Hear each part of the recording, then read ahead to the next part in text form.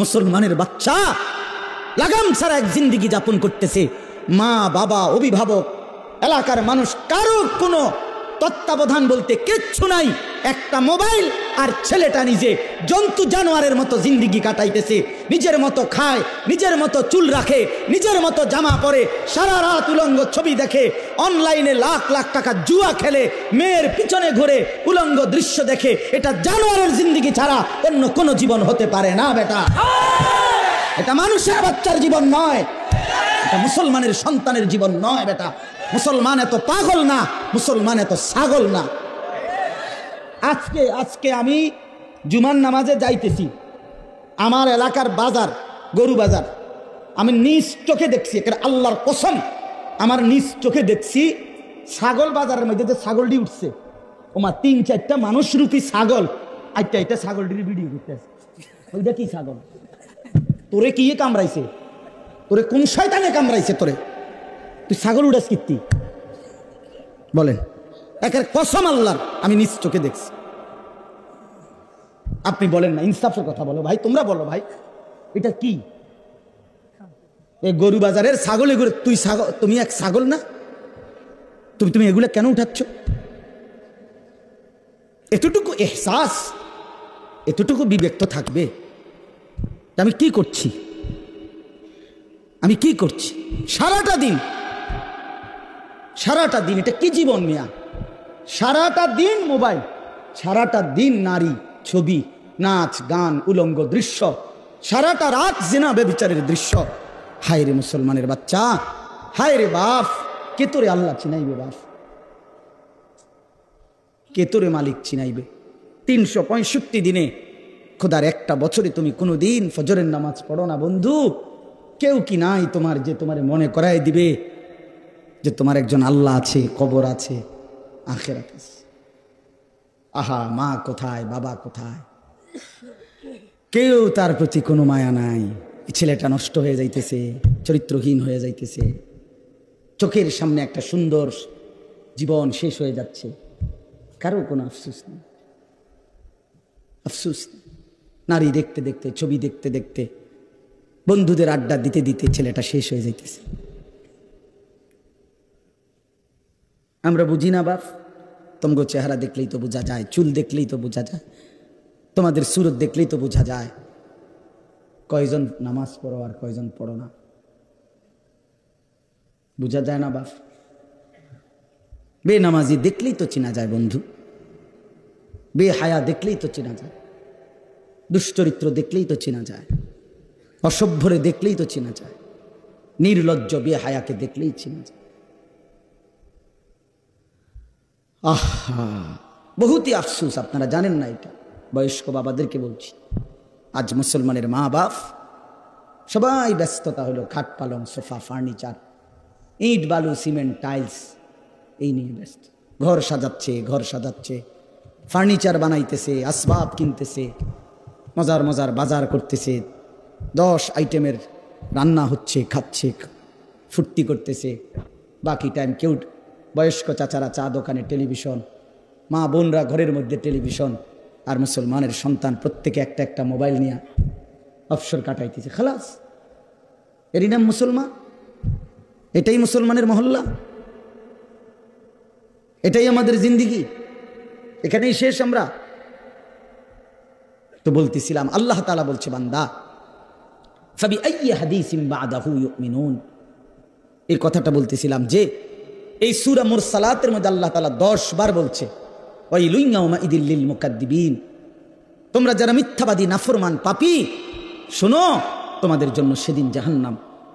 এই 10 বার বইলা আমার ভাই, আমি যে কথাটা বলতে চাচ্ছি, প্রিয় সন্তান, আমার ছেলেরা আমার, শোনো বাপ, আল্লাহ তাআলা লাস্ট কথা শেষ করছে, একটা কথা বইলা শেষ, ফাবিআইয়ি হাদিসিন বা'দাহু ইউমিনুন। আল্লাহ বলছে, আমার বান্দা এরপরে আর কেমনে বললে, আর কতবার বললে, আর কোন কথা বললে, আর কোন কিতাব নাজিল করলে, তুই আমার বান্দা, তুই আমার কথা শুনতি, আমি বুঝলাম না বান্দা, আর কেমনে বললে বুঝতি? 89 বার ডাক দিয়েও তোর কলিজাটা নরম করতে পারলাম না। 80 বারের চাইতে বেশি বার নামাজের কথা বলেও তোর দিল নরম করতে পারলাম না। এক সূরাতে 10 বার তোকে 50 আয়াতের মধ্যেই 10 বার বলে তোর জাহান্নামের ভয় লাগাইতে পারলাম না। ফাবি আইয়ি হাদিসিন বাদাহু ইউমিনুন, এরপরে আর কি বললে বান্দা, আর কেমনে বললে এই কিতাবের চাইতে আর কোন কিতাব নাজিল করলে তুই আমার কথা মানতি বান্দা? বল না বান্দা, বলো ছেলের, একটা ছেলে বলো বাপ, একজন ছেলে বলো দোস্ত, তোমার মালিক আর কতবার বললে তুমি নামাজ পড়তা?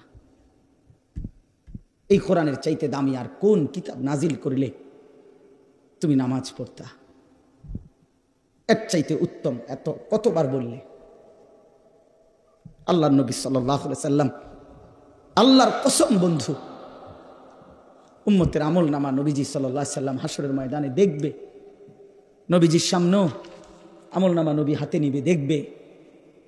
যখন আমল নামা হাতে নিয়ে দেখবে নবী, পৃষ্ঠার পর পৃষ্ঠা ফজরের নামাজ নাই, 5 ওয়াক্ত নামাজ নাই, হালাল রিজিক বলতে কিছু নাই, 30 বছর সুদের টাকা, ঘুষের টাকা, কিস্তির টাকা, 30 বছর ধরে নাচ গান, নাটক, সিনেমা, ঘরে টেলিভিশন, বাজারে টেলিভিশন, স্ত্রী বেপর্দা, ছেলেটা নামাজ পড়ে না, মেয়েটা পর্দা করে না, নিজে বিড়ি সিগারেটের মধ্যে আসক্ত, কারো নামাজ নাই, বন্দিগি নাই, কোরআনের তিলাওয়াত নাই।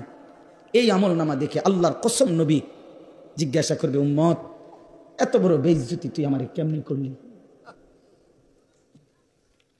উম্মত আমার সামনে এটা তুই কি দিলি? তুমি কি জানো উম্মত, আমি 23টা বছর টানা তোর জন্য কেঁদেছিলাম উম্মত। আমি এমন কাঁদছি রে উম্মত তোদের জন্য, এশার নামাজের পরে দাঁড়াইছি, ফজরের আজান পর্যন্ত আমি আমার মালিকের কাছে তোদের জন্য, উম্মতের জন্য চোখের পানি ফেলে কাঁদছিলাম। আমার এত চোখের পানি তোর দিল গলাইতে পারলো না। আমি তায়েফের পাথরের আঘাতে আমার পিঠটা চালনির মতো ছিদ্র ছিদ্র হয়ে গেছে রক্তে। আমি বুকে পেটে 2টা পাথর বাঁধছি ক্ষুধার কষ্টে। আমি উহুদের দান শহীদ করা রক্তে উহুদের ময়দানে পড়েছিলাম বেহুশ হয়ে। আমার ঘরের চুলায় 3 মাস রান্নার জন্য কোনোদিন চুলায় আগুন জ্বলে নাই। আমার এত চোখের পানি, এত রক্ত, এত ক্ষুধার কষ্ট, কিছুই তোর মন গলাইতে পারলো না, তোর সেজদা দিতে পারলো না। এটা আমার সামনে কি আনলা? আমি এই আমল নামা নিয়ে আল্লাহর সামনে কেমনে দাঁড়াবো? আমি কেমনে বলবো আমার মালিকের কাছে আমি কি সুপারিশ করব? আমি কেমনে বলবো রব্বুল আলামিন এটা আমার শ্রেষ্ঠ নবীর শ্রেষ্ঠ উম্মতের আমল নামা? বল ভাই আমার, তুমিই বলো, তুমিই বলো।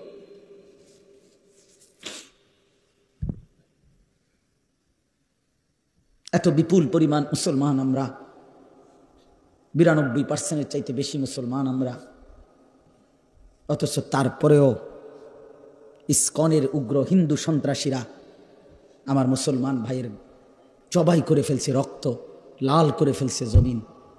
এতটা সাহস এই জমিনে কেমনে হলো? আমাদের ঈমান কোথায়? আমাদের হিম্মত কোথায়? আমাদের আওয়াজ কোথায়? এজন্য দোস্ত আমার, ছেলেরা, এই বন্ধুর কথা মনে রাখো। আর যদি কোনোদিন বলতে নাও পারি তো আজ বললাম, যদি সুযোগ না পাই তো একবারই বললাম।